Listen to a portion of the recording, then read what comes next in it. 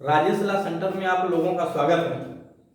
आज हम लोग चर्चा करेंगे सीपीसी के बहुत महत्वपूर्ण टॉपिक पे जो आपकी परीक्षा की दृष्टि से बहुत उपयोगी है और यहाँ से मुख्य परीक्षा में, प्रारंभिक परीक्षा में और इंटरव्यू में तीनों स्तर पर क्वेश्चन पूछे जाते हैं।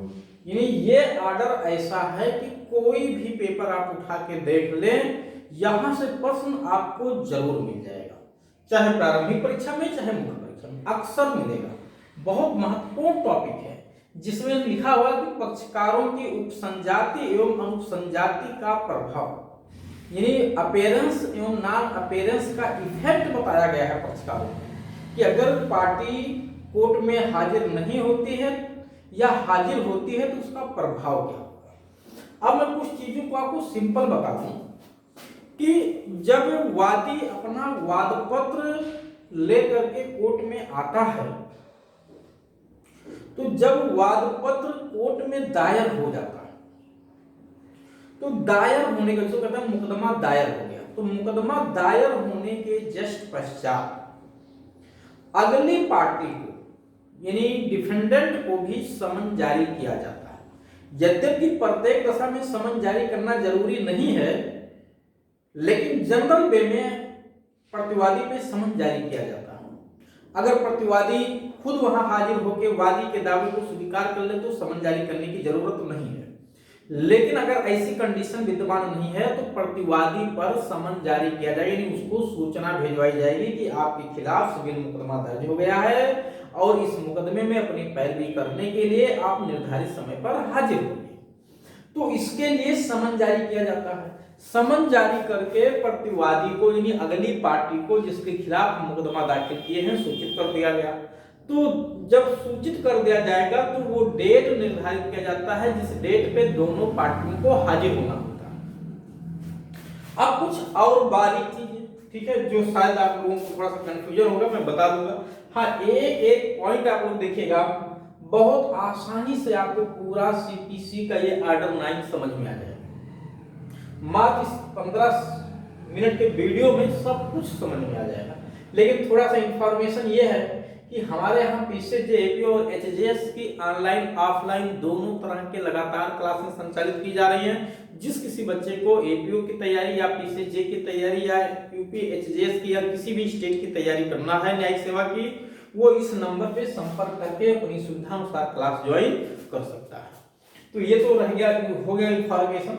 अब मैं बताने क्या जा रहा हूँ, थोड़ा सा एक चीज समझेगा, बारीक थोड़ा सा सिंपल चीज बताने जा रहा हूँ, शायद आप लोग जान भी रहे होंगे कि जब दो या अधिक व्यक्ति कहीं इकट्ठा होते हैं, मैं बिल्कुल बुनियादी बात बता रहा हूँ, दो या अधिक व्यक्ति कहीं इकट्ठा होते हैं, ठीक है, या गांव में है, जहां पे दो या अधिक लोग हों वहीं पे विवाद होता है। जमीन को लेकर के विवाद, पैसे को लेकर के विवाद, किसी संपत्ति को लेकर के विवाद हो सकता है। तो जब विवाद होगा तो वो क्या करेंगे, विवाद होगा तो वो उस मामले में अपने विवाद के निस्तारण के लिए, न्याय के लिए आपसी सुलह समझौता करेंगे। अगर वो फेल हो जाता है तो मजबूरन उनको कोर्ट में आना पड़ता है। तो इसके लिए वो किसी अधिवक्ता को हायर करते हैं, क्योंकि यद्यपि वो स्वयं भी अपना पक्ष न्यायालय में रख सकते हैं, छूट है उनको स्वयं से अपना पक्ष रखने की छूट आदेश 3 नियम 1 देती है, लेकिन जागरूक नहीं, इतनी जानकार नहीं तो अपना पक्ष सही से रख नहीं पाएंगे। तो व्यवहार में कोई व्यक्तिगत तौर से लगभग ना के बराबर हाजिर होके स्वयं जो है प्रिंटर के माध्यम से हाजिर होता है। तो वो किसी अधिवक्ता को हायर करेंगे। अब अधिवक्ता क्या करेगा, उनका मुकदमा तैयार करेगा, यानी उनका प्लेंट तैयार करेगा, वाद पत्र, और वो वाद दाखिल किया जाए, मुकदमा दाखिल किया जाए, उसके लिए एक पत्र तैयार करेगा जिसको वाद पत्र कहते हैं, और फिर वो कोर्ट में ले जा करके पेश कर देगा। ठीक, जब कोर्ट में ये पेश होता है तो कोर्ट उसको देखती है कि क्या इसमें सारी शर्तें वाद पत्र की पूरी हैं कि नहीं है। अगर सारी शर्तें पूरी हैं तो उसी समय उसमें पेश जैसे ही होगा उस पर साइन होगा, रजिस्टर में दर्ज हो जाएगा और अगली डेट लगा दी जाती है प्रतिवादी और वादी दोनों की हाजिरी के लिए। लेकिन वो डेट जब लगाई जाती है तो उसी में समन भी भेज दिया जाता है अगली पार्टी को हाजिर होने के लिए कि अगली पार्टी उसी समय पे हाजिर, कौन, डिफेंडेंट, प्रतिवादी, अगर वो खुद वहां हाजिर होकर अपने वादी के दावे को स्वीकार कर लिया है तो समन नहीं जारी किया जाता है, अन्यथा प्रतिवादी को हाजिर होने के लिए समन जारी कर दिया जाता है। तो मान लेते हैं 1 जनवरी को, ठीक है, ये वाद दाखिल हुआ, तो अगले महीने की 1 जनवरी को हाजिर होने के लिए प्रतिवादी को कि वो हाजिर होकर अपना दावा पेश करे, उस पर समन जारी कर दिया जाता है, उसी डेट में ऑर्डर हो जाता है। अब समन की तामीली 2-4 दिन में हो जाती है, फिर 1 फरवरी को वो भी हाजिर होगा, प्रतिवादी भी, वो वादी भी हाजिर होगा, क्योंकि वादी को तो समन भेजना नहीं, वादी तो जान ही रहा है, तो दोनों क्या करेंगे, हाजिर होंगे। अब उसी का प्रभाव आदेश 9 में बताया गया है, जो रूल 1-14 है, कि पक्षकारों की उपसंजाति एवं अनुपसंजाति का प्रभाव। वैसे मैंने वो हाजिर होगा तो केस आगे चलेगा ही, तो उसका कोई मतलब नहीं आते हैं तो उसका क्या प्रभाव होगा, ये आदेश 9 बताते हैं। अब आदेश 9 में देखिए कई यहाँ मैंने तो 5 पॉइंट लिख दिया है, लेकिन मैं आपका ज्यादा फोकस 3 पे कराऊंगा। सबसे पहले कि जब पार्टियों को सूचना मिल गया तो निर्धारित जो डेट लगाई गई है उस डेट पे या तो दोनों हाजिर होंगे, पहला स्टेप, दोनों हाजिर हो गए तो आगे सुनवाई होगी, बाकी अगर या तो दोनों नहीं हाजिर होंगे, दूसरा स्टेप, तो दोनों नहीं हाजिर होंगे तो ये देखिए रूल 3 उसके लिए लिखा हुआ, दोनों पक्षकारों का उपसंजात ना होना, रूल 3। तीसरा स्टेप क्या होगा कि वादी तो आया है, प्रतिवादी नहीं आया, तो वादी आया है, प्रतिवादी नहीं आया, तो ये स्टेप रूल 6 में प्रोसीडिंग होती है, ठीक, वादी आया है लेकिन प्रतिवादी नहीं आया। और ऐसा भी हो सकता है कि प्रतिवादी आया हो, वादी ना आए, तो प्रतिवादी आया है लेकिन वादी नहीं आया, तो ये अगला स्टेप रूल 8। तो दोनों नहीं आते हैं तो रूल 3 में, आदेश 9 रूल 3 में प्रभाव बताया गया है, और वादी आता है, प्रतिवादी नहीं आया है तो रूल 6 में प्रभाव बताया गया है, और प्रतिवादी आता है लेकिन वादी नहीं आता है तो रूल 8 में प्रभाव बताया गया है। तो रूल 3, 6, 8, 3, 6, 8, 3 में दोनों का ना आना, 6 में प्रतिवादी का ना आना, 8 में वादी का ना आना, तो ना आने का प्रभाव क्या होगा इसको भी हमें देखना है। और साथ ही साथ यहाँ 2 बातें तो मैंने और लिख दी हैं, क्योंकि टोटल 5 वर्गों में बटा हुआ है, मैं 3 ही बताया। तो 5 में पहला क्या है, डाक महसूल यानी डाक खर्चा या वादपत्र की सादे कागज पर प्रतिलिपियां देने में विफल होने का प्रभाव। असल में जब वाद दर्ज हो जाता है तो प्रतिवादी पे समन जारी करने के लिए वादपत्र की सादे कागज पर उतनी प्रतिलिपियां मांगी जाती हैं जितने उस मामले में प्रतिवादी हैं। तो ये जिस डेट को मांग किया जाता है उस डेट से 7 दिन के भीतर जमा करना होता है। कहाँ लिखा हुआ, आदेश 7 नियम 9 में ये बात बताई गई है कि 7 डेज के भीतर आपको जमा करना है, और साथ ही साथ उसका जो डाक खर्चा आएगा उसको भी जमा करना है, ठीक। तो वही लिखा है, डाक महसूल एवं वादपत्र की सादे कागज पर प्रतिलिपियां देने में विफल हो। तो अगर आप विफल होंगे, नहीं दे पाएंगे, तो उसका प्रभाव आदेश 9 रूल 2 में दिया गया है। अगर आप जमा कर देते हैं तो कोई बात ही नहीं। तो मांगा कहा जाता है, आदेश 7 नियम 9 में मांगा जाता है, नहीं देने पे उसका यहाँ प्रभाव बताया गया है, क्या प्रभाव होगा। तो इसके लिए मैंने यहाँ लिखा उसका क्या प्रभाव होगा, तो फिर उस पे उपचार क्या मिलेगा। दोनों पक्षकार नहीं आएंगे तो उसका क्या प्रभाव होगा, उसमें उपचार क्या है। समन की तामीली हो, मैंने समन की तामीली तो करवाई लेकिन समन की तामीली हो नहीं पाई, तो फिर मेरी ड्यूटी बनती है कि मैं कोर्ट को वो सारे तथ्यों से अवगत करा के फिर समर्थ बनाऊं कि अगला समन फिर से जारी किया जाए। अब मैं जा ही नहीं रहा हूं दोबारा समन निकलवाने के लिए, यानी एक बार मैंने कोशिश किया कि समन प्रतिवादी पे जारी हो जाए, मैंने खर्चा वगैरह सब दे दिया, लेकिन वो समन की तामीली हो नहीं पाई किसी कारणवश। तो फिर मेरी ड्यूटी बनती है कि मैं 7 दिन के भीतर 7 डेज 7 दिन के भीतर फिर से तामीली करवाने के लिए कोर्ट को आवेदन करूं। अगर मैं आवेदन नहीं करूंगा तो उसका प्रभाव फिर यहां बताया गया है। और ये दोनों को प्रतिवादी के नाने पे और वादी के नाने पे प्रभाव क्या होगा। अब यहाँ एक बात और है, आदेश 7 नियम 9 में जो कहा गया कि वाद पत्र की उतनी प्रतियां सादे कागज पर देना होगा जितने प्रतिवादी हैं। इसका मतलब क्या है, मतलब ये है सादे कागज का मतलब क्या। कुछ लोग कंफ्यूजन में, सर ये सादे कागज में देगा तो मतलब क्या, सादा कागज तो वही ले ले कहीं से, नहीं ये मतलब नहीं। वाद पत्र की उतनी प्रतियां सादे कागज पर देना है जितने प्रतिवादी हैं। इसका मतलब ये है कि जब हम वाद पत्र लेकर के कोर्ट में आते हैं तो 2 प्रतियों में तो हमको लाना ही लाना है। ये आदेश 4 नियम 1 में लिखा हुआ है कि वाद पत्र 2 प्रतियों में उपस्थित करके संस्थित किया जाएगा।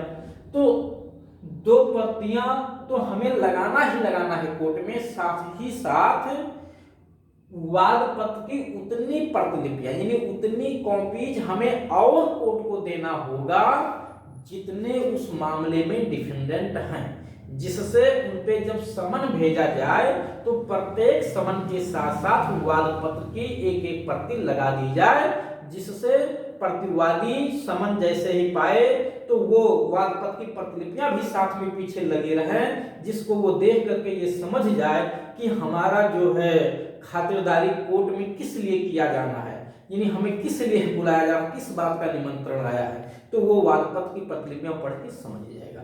इसीलिए वो वाद पत्र की प्रतिलिपियां लगाई जाती है। प्रश्न यहाँ है सादा कागज। सादा कागज का मतलब है जो A4 साइज का पेपर होता है उस पे फोटोकॉपी करवाना है, लाइनिंग वाले पे फोटोकॉपी नहीं चलेगी। तो जो सादे A4 साइज का पेपर आता है, ठीक है, उस पे फोटोकॉपी करवा करके आपको वाद पत्र की उतनी प्रतियां देनी है जितने उसमें प्रतिवादी हैं, जिससे सभी प्रतिवादियों पे समन के साथ साथ वाद पत्र की हर एक प्रति भी पहुंच जाए और सब तैयारी के साथ कोर्ट में आ जाए। बात क्लियर हो गया।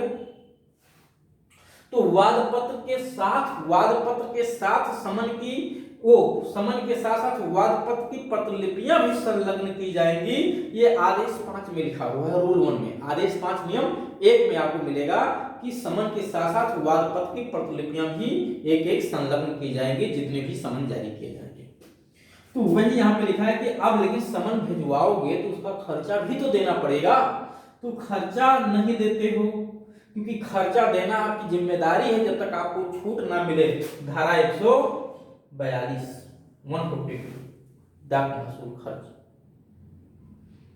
आपकी जिम्मेदारी है कि जो खर्चा प्रभार आया है वो आप दीजिए, नहीं देंगे तो उसका प्रभाव यहाँ बताया गया है। ये जिम्मेदारी है देने की बात कहाँ बताई गई, 142 देख लीजिएगा एक बार, हो सकता है 143 थोड़ा सा कंफ्यूजन, 142 43 में से एक धारा।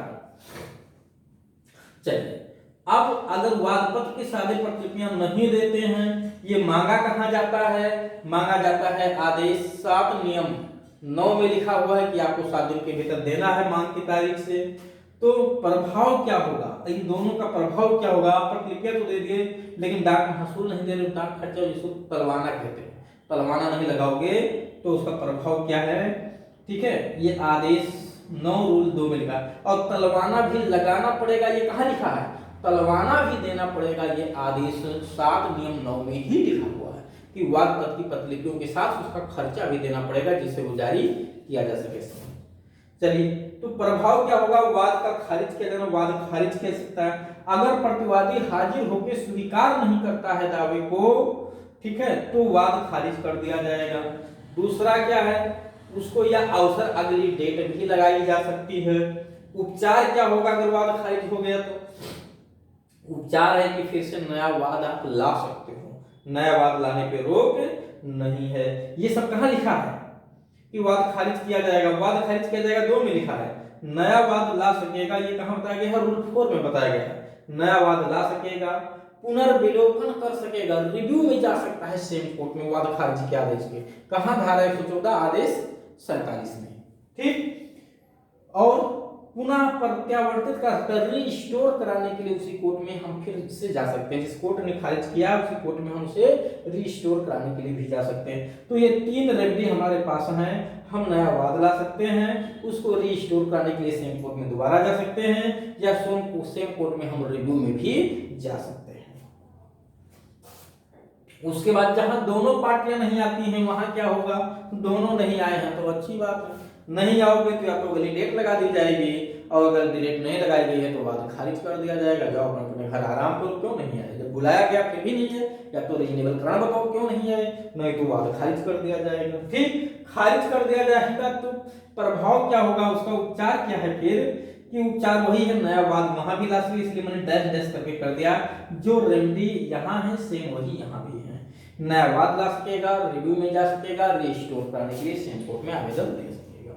उसके बाद अगर एक बार समन की तामीली मैंने पार्टी पे करवाई और पार्टी ने, ये आदेश नो रूल 3 था, दोनों पक्षकारों के हाजिर होने का प्रभाव, ठीक, और उपचार 4 में लिखा हुआ है रूल 4 में। समन की तामीली एक बार हो गई, एक बार समन की तामीली मैंने करवाई लेकिन हो नहीं पाई, किसी कारण से असफल हो गई, तो फिर मेरी जिम्मेदारी बनती है कि निर्धारित समय के भीतर, 7 डेज के भीतर मैं फिर से समन तामीली करने के लिए कोर्ट में आवेदन करूं। अगर मैं आवेदन नहीं करता हूं, इसका मतलब मैं समन नहीं जारी करवाना चाहता, और समन नहीं जारी करवाना चाहता, मैं समन अगली पार्टी को बुलाना नहीं चाहता हूं, अगली पार्टी बुलाना नहीं चाहता, उसका मतलब हमें न्याय की जरूरत नहीं है, ठीक। तो उसका प्रभाव क्या होगा, वाद का खारिज करना। यहां भी देखिए वाद खारिज कहां रूल 5 में लिखा है, वाद खारिज कर दिया जा सकता है या अगली डेट भी लगाई जा सकती है। दूसरा उपचार क्या होगा, नया वाद ला सकेगा, वाद खारिज होगा तो नया वाद लाया जा सकेगा। दूसरा हम रिव्यू में भी सेम कोर्ट में जा सकते हैं, तो इसका प्रभाव आपने यहां देख लिया। अगला, अगर प्रतिवादी की अनुसंजाति हुआ है, यानी वादी तो आया लेकिन डिफेंडेंट नहीं आया, तो आदेश 9 रूल 6, अगर समन की तामीली समय रूप से हो गई है, का में लिखा हुआ आदेश 9 रूल 6 का में लिखा हुआ है, यदि समन की तामीली समय रूप से हो गई है और प्रतिवादी नहीं आया है, तो न्यायालय एक पक्षीय कार्रवाई करने के लिए उसमें अग्रसर हो सकेगा। यहीं पे आदेश 9 रूल 6 के का में एक पक्षीय डिक्री पास की जाती है, ध्यान रखिएगा, जिसको हम सेटिसाइड कराने के लिए आदेश 9 रूल 13 में सेम कोर्ट में एप्लीकेशन देते हैं। तो एक पक्षीय डिक्री इसमें पास कर सकेगा या अगली डेट लगाई जा सकती है। अब उपचार क्या होगा, अगर एक पक्षीय डिक्री पास हो गई, अगर डेट लग गई तो ठीक, उस डेट पे फिर हम हाजिर होंगे, लेकिन अगर एक पक्षीय डिक्री पास हो गई, वास्तव में डिक्री नहीं है, ठीक है, ये तो ऑर्डर है लेकिन इसको डिक्री का दर्जा दिया गया, इसलिए इसको डीम्ड डिक्री कहते हैं। तो ये जो है आदेश 9 रूल 6 के तहत डीम्ड डिक्री पारित होती है। तो अब हमें रेमेडी क्या है, ये बहुत महत्वपूर्ण है। एक पक्षीय डिक्री कहां पास होती है, बहुत महत्वपूर्ण है। एक पक्षीय अपील की सुनवाई में डिक्री कहां पास होती है, एक पक्षीय अपील की सुनवाई में डिक्री कहां पास होती है, कमेंट बॉक्स में कमेंट करके बताइएगा आप लोग। ये तो वाद की सुनवाई में एक पक्षीय डिक्री पास हो रही है आदेश 9 रूल 6 में, लेकिन अपील की सुनवाई में एक पक्षीय अपीलीय सुनवाई कहां होता है, ये कमेंट बॉक्स में आप लोगों को ऑर्डर विद रूल के साथ बताना होगा। तो एक पक्षीय डिक्री, ठीक है, मैं एक बार फिर बता दूं आप लोगों को, ठीक है, कि हमारे यहाँ पीसीजे एपीओ की तैयारी ऑनलाइन ऑफलाइन दोनों प्रकार से कराई जाती है। जिस किसी बच्चे को पीसीजे की एपीओ की एचजीएस की तैयारी करना है, वो इस नंबर पे संपर्क करके अपनी सुविधा अनुसार क्लास ज्वाइन कर सकता है। चलिए, तो अब अगर प्रतिवादी नहीं आया तो एक पक्षीय डिक्री पास कर दिया, या तो अगली डेट लग गई, यही होता है। अब इसमें आगे लिखा हुआ है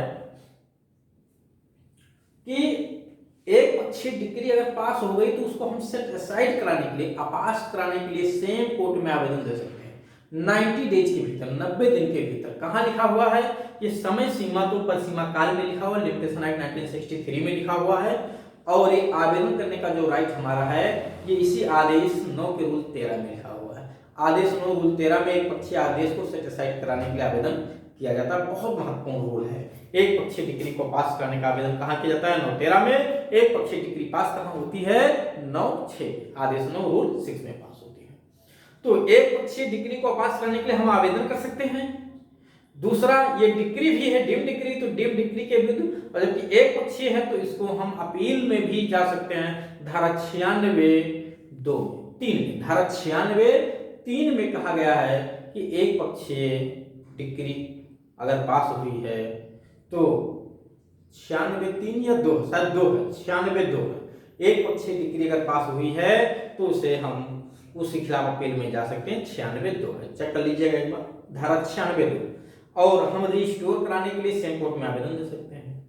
अगर रिस्टोर का आवेदन हमारा नामंजूर हो जाए तो नामंजूरी का ये ऑर्डर जो जजमेंट है, ये डिक्री नहीं है, ये ऑर्डर है। इस ऑर्डर के खिलाफ हम अपील फाइल कर सकते हैं। कहां, आदेश 43 नियम 1 घ में, देखिए लिखा है 1 घ में, ऑर्डर 43 नियम घ में हम अपील कर सकते हैं। किस बात के लिए?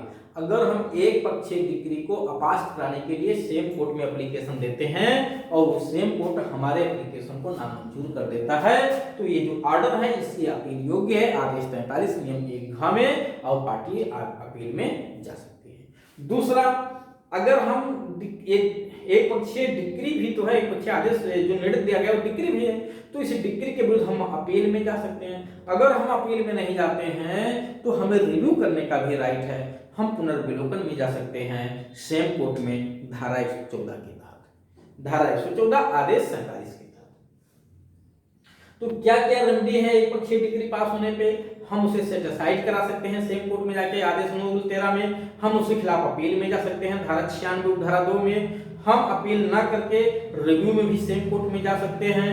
अगर हम सेट असाइड कराने के लिए आवेदन आदेश 9/13 में किए हैं और हमारा आवेदन नामंजूर हो गया है तो हम आदेश 43 नियम 1 घ में अपील कर सकते हैं। उसके बाद अगर वादी नहीं आता है, प्रतिवादी तो आया है, तब क्या होगा? तो रूल 8 में बताया गया है, आदेश 9 रूल 8 में बताया गया है कि वादी तो नहीं आया लेकिन प्रतिवादी आया है। तो अगर प्रतिवादी आया है, वादी नहीं आया, तो प्रतिवादी अगर वादी के दावे को स्वीकार कर लेता है तो उसके खिलाफ डिक्री पास कर दी जाएगी, बात खत्म। वादी भले नहीं आया है, उसने अपना दावा तो लगा दिया है, और प्रतिवादी आके अगर उसके दावे को स्वीकार कर लिया, वादी नहीं आया है, तो भी डिक्री पास हो जाएगी। दावे को स्वीकार तो किया गया लेकिन पूरा नहीं स्वीकार किया, तो जितना स्वीकार किया उतने पे डिक्री पास कर दी जाएगी।